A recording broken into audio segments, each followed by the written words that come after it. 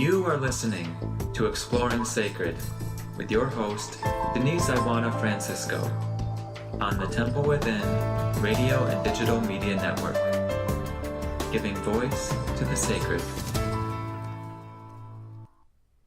Good morning, everybody. Welcome to a beautiful Wednesday. It's a gorgeous day here in West Michigan in the Enchanted Forest. Not much snow here for this time of the year, which is different, but it is what it is. And so seeing the beauty in what is laid open and barren so that we can see deep into the forest, all of the critters that are living in there and having their way that might otherwise be covered up with the snow.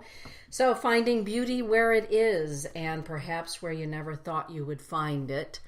Seeing the sacred in everyday things is the topic for today's show. And I invite you to join me in the chat room as I place my incense in my incense holder. Oh, beautiful. Susan, if you happen to be listening to me today, thank you for bringing that amazing incense as a gift to me this week, for all the way from India. Thank you so much for thinking of me and gifting me. The smell of it is incredible. Good morning, Katie Battle and Kelly Spencer. Those are two blessings, if ever there were blessings in my life. And a great big happy birthday to my niece, Nicole Werner, and to my cousin Johnny. Blessings on this beautiful birthday day for both of you, and Kathy Skirmerhorn. Happy birthday to you as well. It's a beautiful thing when we can reflect upon our birth and understand the beauty of that moment, that we've chosen to come here to the earth plane, to have a human experience, and with all of the foibles and hardships and joys and passions and sometimes kicks in the keister to keep us going along the path. Good morning, Robin McCarthy. It is so good to see you in the house this morning. If you're wondering, how did Katie and Kelly and Robin get in the chat room? Well, it's really easy. If you go to Spreaker.com and you come right here to my page, Exploring Sacred, or the Temple Within Radio and Media, Exploring Sacred, you can see very easily that you just hop right on in there, and I'm certain that one of these three ladies would be happy to help you navigate that this morning. So this morning, talking about the sacredness of everyday things, and where do we find them? How do they work? Are you sure they even exist? Because, some days, honestly, we all have those days when we think, what am I doing here? What did I decide to come here and do this for? I think I've had about enough of all of this. And sometimes little miracles come along, and sometimes the little miracles are right in front of us for us to find in those moments. And of course, as we always do every Wednesday morning, feel free to chime in, Robin, Kelly, Kathy, and Katie, about how it is that you are able to find the sacred in everyday things. Some days don't feel very sacred. Some days everything feels sacred. Everything feels ecstatic, as though we're living in a moment of miracles and synchronicities and in the flow of the universal consciousness, the heart and mind of the Creator. And there are times in our lives when we feel that we are absolutely diametrically opposed to all of those good things, and we can feel as though we're out there in the desert, trying to find some form of respite for ourselves.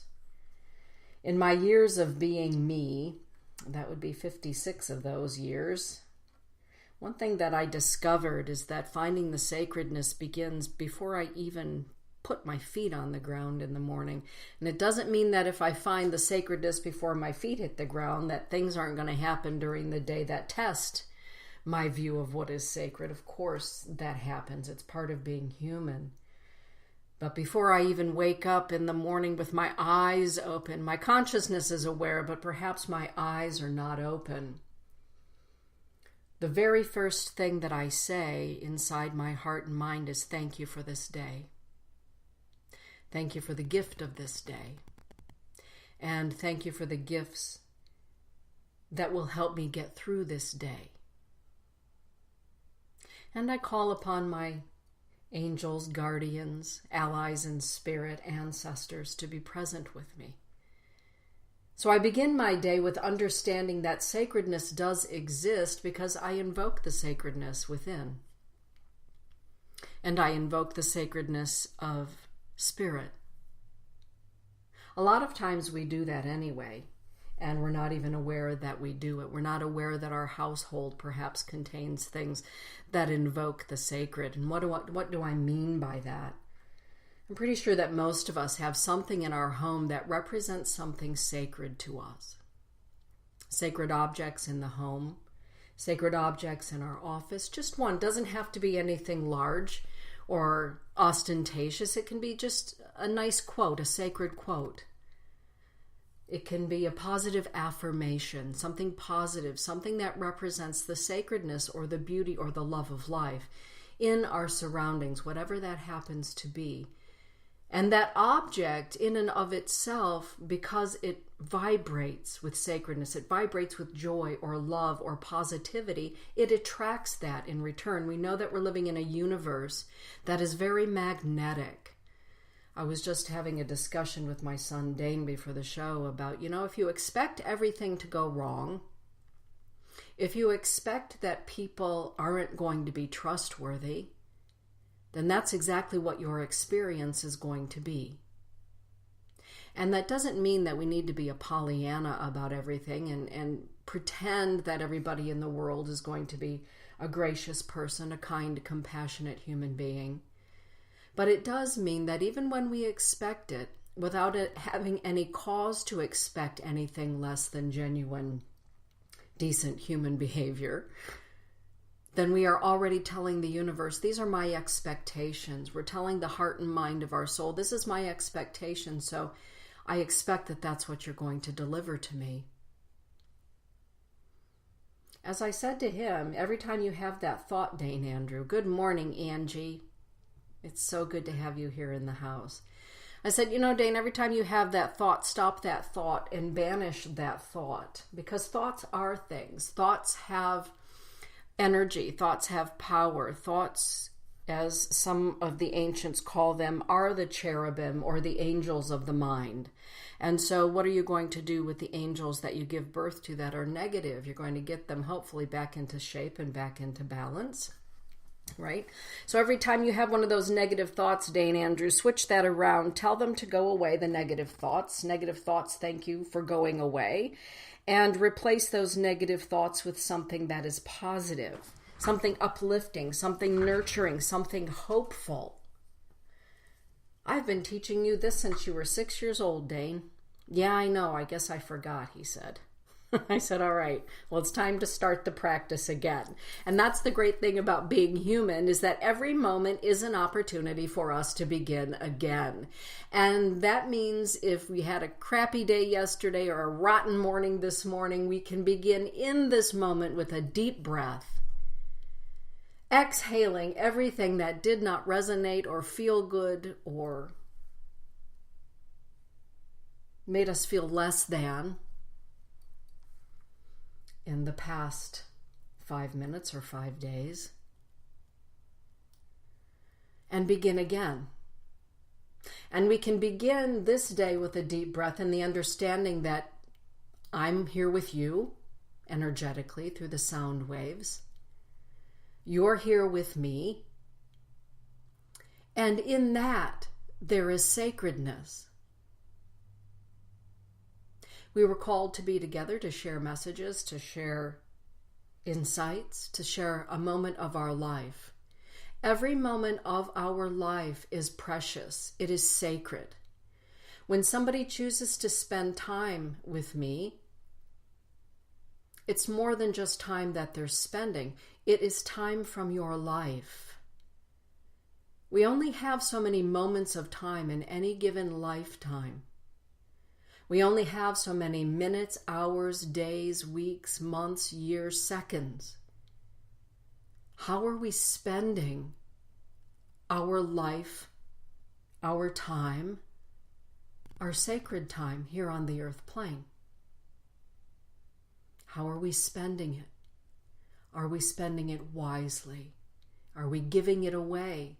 Are we begging people to take it from us? Or are we understanding that our nature and the nature of being here is spectacular? Spectacular. Part of a grander weave, as Amantha Murphy would say. Katie Battle is saying, I'm trying to incorporate thanking God for another day and try to stay positive. I have a coworker that is always negative. And that's a tough one, isn't it? When you're surrounded by the Debbie Downers and the negative Nellies, it can be so hard to remain in positivity, in your own little frequency of trying to remain in a space that is nurturing, not only for yourself, but perhaps also for those around you. And that's great, Katie. Thank you for sharing that. And saying thank you is one of the most amazing prayers that we can give, I believe. Thank you. Thank you, Creator. Thank you, God. Thank you, Kelly. Thank you, Corey. Thank you. Thank you. And to say it like you mean it. And when you're saying it, to feel it. Because there's sacredness in our words. There is sacredness in our words. The ancient Hebrews teach us that every letter of the alphabet is in fact an angelic being. And this is why we don't take another's name in vain, right? We're told not to curse because of the power of the spoken word. It is sacred. Our words are sacred. Kelly Spencer is saying, I start my day the same. I believe it takes a conscientious effort in the beginning, and then it becomes a habit, and then a way of life. Good morning, Doreen Fisher. Great to have you in the house. It is in the beginning, Kelly, you are so spot on. It is a conscientious effort. We have to think to yourself, okay, I'm going to begin my day on a note of positivity. I'm going to welcome this day. I'm going to thank the Creator for another day to be alive, and I'm going to understand that every moment of this day that I am alive is an opportunity to see the sacredness in my words and other people's words, to see the sacredness in the trees, in the stones, in the water, in the eyes of my fellow human beings, the animals. I'm going to see the sacredness of my experiences. Because our experiences are sacred. Do our experiences hold us back from living? Or do our experiences in their sacredness teach us how we want to live, how we want to be, and how we don't want to live and how we don't want to be? And again, the sacredness of our time. And who do we want to spend our sacred time with? And in doing what? Right. Katie is saying, but I have a new boss and she's a light worker also. That's fantastic, see? You sent a signal out to the universe there, Katie. Bring on some light. We've got enough negativity. We need more light.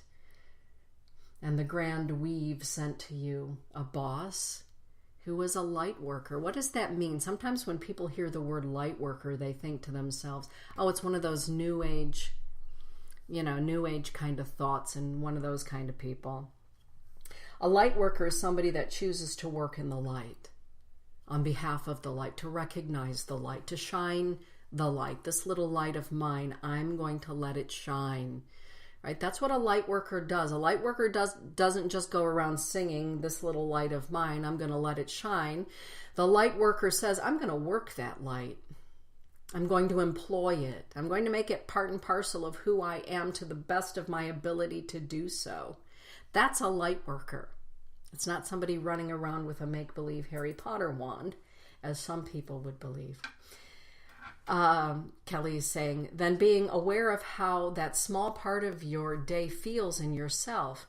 As you hold the gratitude close, you will notice how it helps you to handle all the messiness of the day, and it spreads to those around you. That is so beautifully said. Yes, Kelly. It does spread. The light spreads. The ability to hold the light spreads.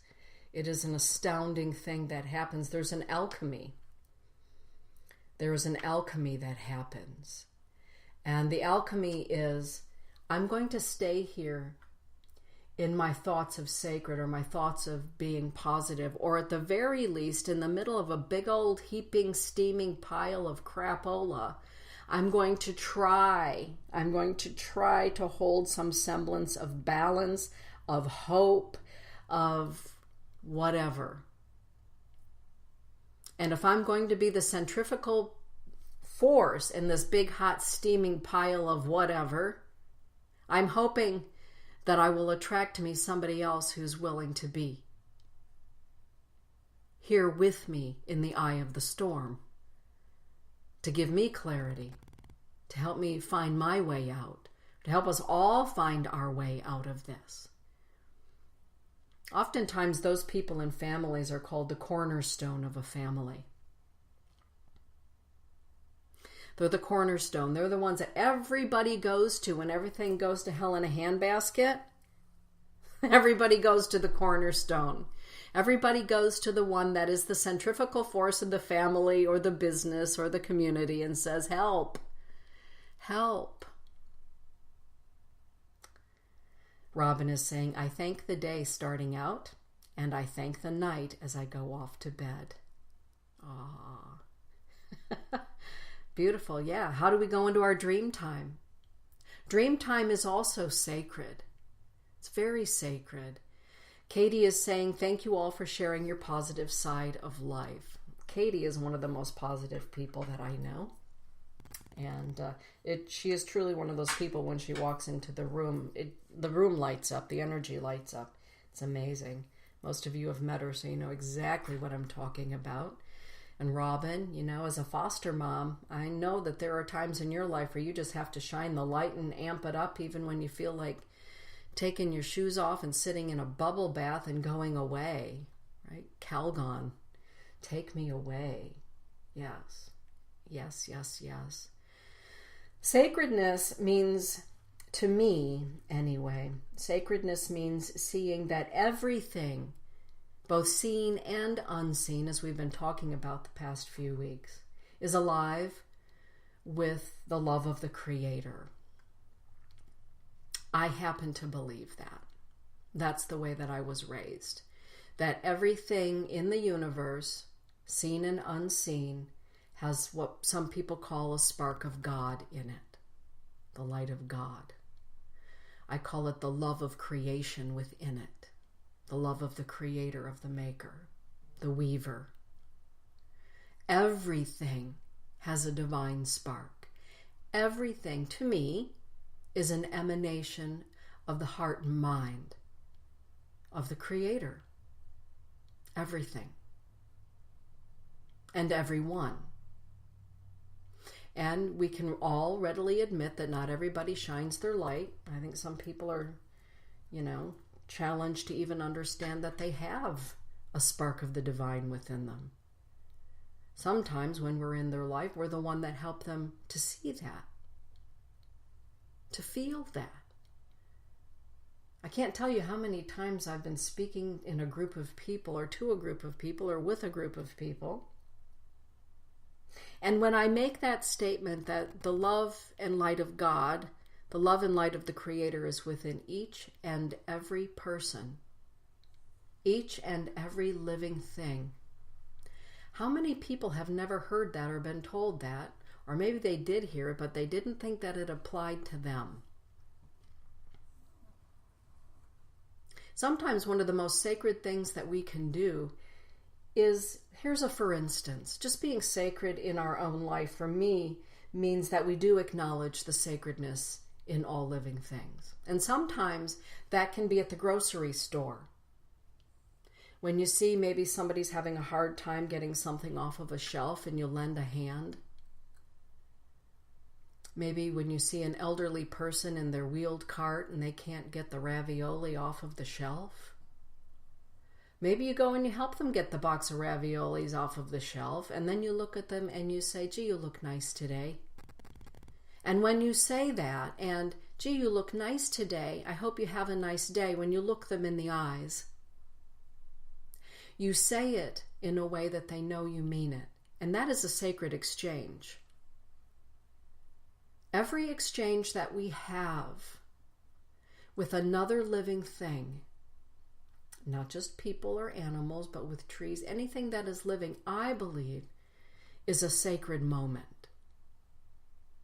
It is a sacred moment. Doreen is saying, being a person who is a boss and a light worker, I could not do my job with high-risk families without it. It shines over my home visitors and my families who can see they are doing the best they can. I think of it as a cheerleader. Hope. Absolutely, Doreen. And what I love about what you're sharing is this. You see your work, your avocation, as soul work. And clearly you recognize that the people that you work with, at-risk families, are also on a soul's journey. And each and every time that you exchange words or thoughts or time together, that is a moment of sacredness. Sacredness doesn't always mean it's beautiful and there are butterflies fluttering in the air, by the way. Some of our most sacred moments are when I call them the come to Jesus moments, right? Those come to Jesus moments that say, oh, girl, you had better step back on the red roadway because you have been off in the brambles and the black and blue road for too long. That's a sacred moment as well. It isn't all unicorns, rainbows, and butterflies. Working with at-risk families, that's some sacred work. Talking about family and the weave and soul contracts and generations. Generational patterns, ancestral memories. It's very, very deep. Good morning, Sonia.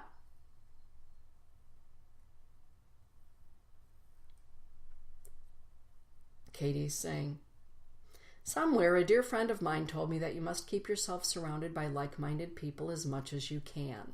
Yes, you have to have some like-minded people around you, because otherwise we don't have those moments of recharging our batteries.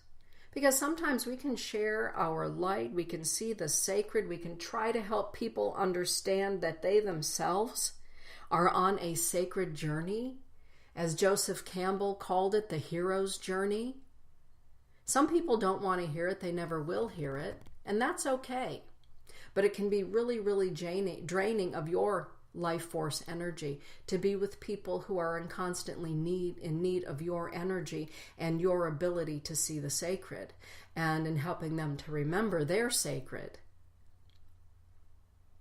Like-minded people, having them in our lives is so important.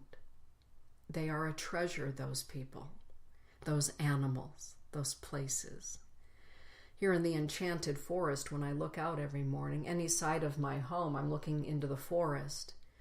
I look at those magnificent trees and I know that there are little beings living in them, the squirrels and the groundhogs and the foxes, and we've even got a couple of coyotes out back now. They're all sacred beings. And a few weeks ago, when one of our young bucks came home to die, he had been shot by a hunter who, according to my son-in-law, didn't know what the heck he was doing. But he came back home, one of our young bucks came back home here to the forest. And he laid down and he died. Right where he came every morning. It's a sacred space where we feed animals. In this safe place for them to be. And after he passed, Todd went out and he dug a grave for our beautiful boy, and he buried him, and he sang to him the Lakota songs, wishing him and bidding him a sacred journey back home to the heart and mind of the Creator that created him as well. I believe that all things are born out of the love of creation and one day return. And what we do in between those times, the dash between our birth date and our death date, what do we do in those years? Do we try to take a look at this life as sacred and everyone who is engaging in it with us as sacred, all of our experiences as potentially very sacred? Or do we just become jaded and hide from life? You know, sometimes we do that all for a period, right, of our lives. We hide because we need some respite. We need some time out. Yeah, it's a tribe. I like that, Katie. We're a tribe of light. I work with a lot of people who are having a hard time seeing the sacred. You know, when somebody that we love passes on, sometimes it can be really hard to find the sacred in that. Sometimes it can be really hard. It's been my experience that all things that come here to the earth plane to experience this amazing journey on Grandmother Earth go back to the source of love from which it was created, including you and I. And I do believe that, as Joseph Campbell, who I adore, wrote about, that every moment, every step upon this hero's journey, because this human journey is not for ninnies, every step along the way should be helping us to understand just how sacred this life is. Sometimes it takes a near-death experience to understand that. Sometimes it takes the loss of someone that we love who has gone home. Sometimes it can take a catastrophic illness or an accident, losing everything materially that we've ever owned. I call those moments the crash and burn moments of our life. That sometimes all of a sudden when we are rendered bare or we are rendered naked to the world, our emotions, our thoughts, our physicality, we begin again. And hopefully then we choose more wisely and we see differently how precious things are. How precious things are. And give thanks, right? Thank you. Thank you for friendship. Boy, friendship is sacredness, isn't it? Being a friend is a sacred bond. It's a sacred bond. And it is an energetic bond. Just ask Kelly Spencer, right? I've known Kelly forever and before this lifetime. And lifetimes before those lifetimes, I'm certain of it. Sacred bonds, sacredness, the sacredness of family. I'm very blessed. I mean, as all of my friends know, I am an adopted person. And since December 14th, I've had this magnificent journey of my biological family reaching out to me. Reaching out literally right out from the ethers, right out from the ethers of the internet. And how amazing.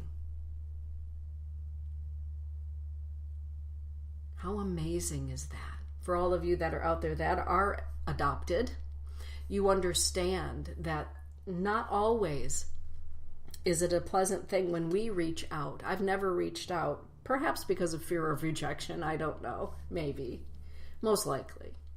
Not wanting to disturb or to upset the apple cart, to open up old wounds or skeletons in the closet to be revealed.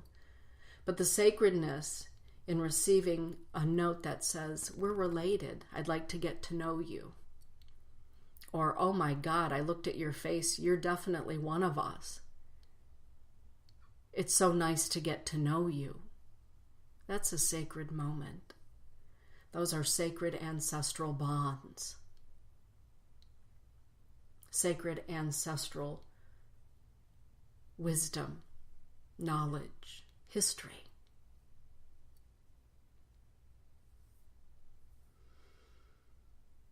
If we treat everything as sacred, Katie is sharing about her boyfriend being a hunter. My son-in-law is a hunter, and in fact, those of you that know Matt and Elise, their freezer is full of venison and turkey that he harvests. They don't buy meat at the grocery. Whatever it is that he takes, that is what they eat. That is how they feed themselves.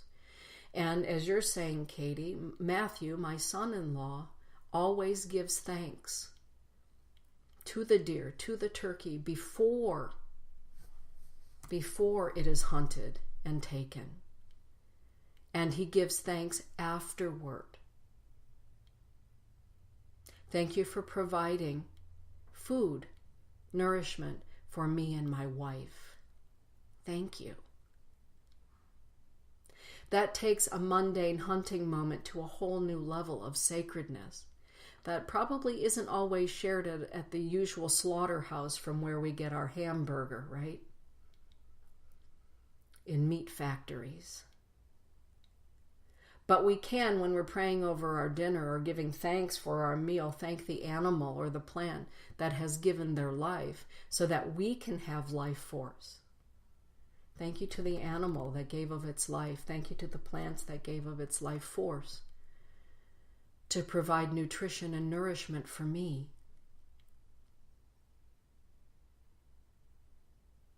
Right, growing up, we always said the Catholic prayer, bless us, O Lord, and these thy gifts, which we are about to receive from thy bounty. These gifts, the gifts of food, and where did the food come from? And bless all of the hands that prepared it before it got here to me. That takes just eating a meal into the space of sacred.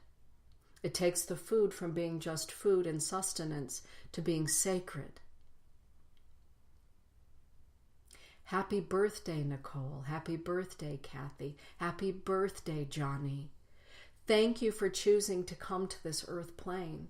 Thank you for choosing to have a human journey at this time and for being part of my life.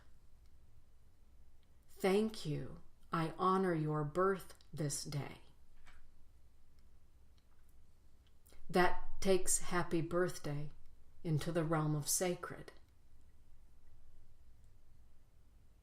It's the choosing of the words. It's the way in which we say the words. It's what we feel when we're saying them or writing them or typing them or sharing them. It's the way that we look at one another. It's the way that we look at everyone else doing the best that they can do.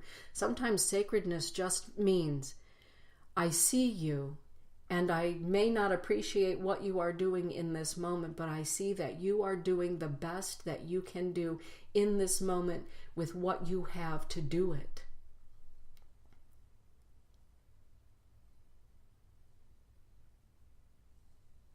It reframes it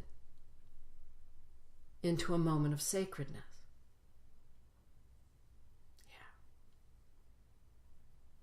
Thank you for my friends. That's right on, Kelly Spencer. One day, Corey, when I come visit you down in Florida, we'll get to share about Kelly. And I hope that sometime when my cousins come up here from Florida and Georgia, they get to meet all of you as well in person. I've waited 56 years. It's a long time. And what a blessing. What a sacred moment. What a sacred bond that stretches into the realm of spirit to help those times happen. Thank you to my angels and my guides, right? With that, everybody, thank you for sharing this time of sacred with me. Thank you for sharing your sacred light, for shining your light as only you can shine it on this earth plane. I see you, I appreciate you, and I celebrate you this day. Blessings be, everyone. Get out there and shine.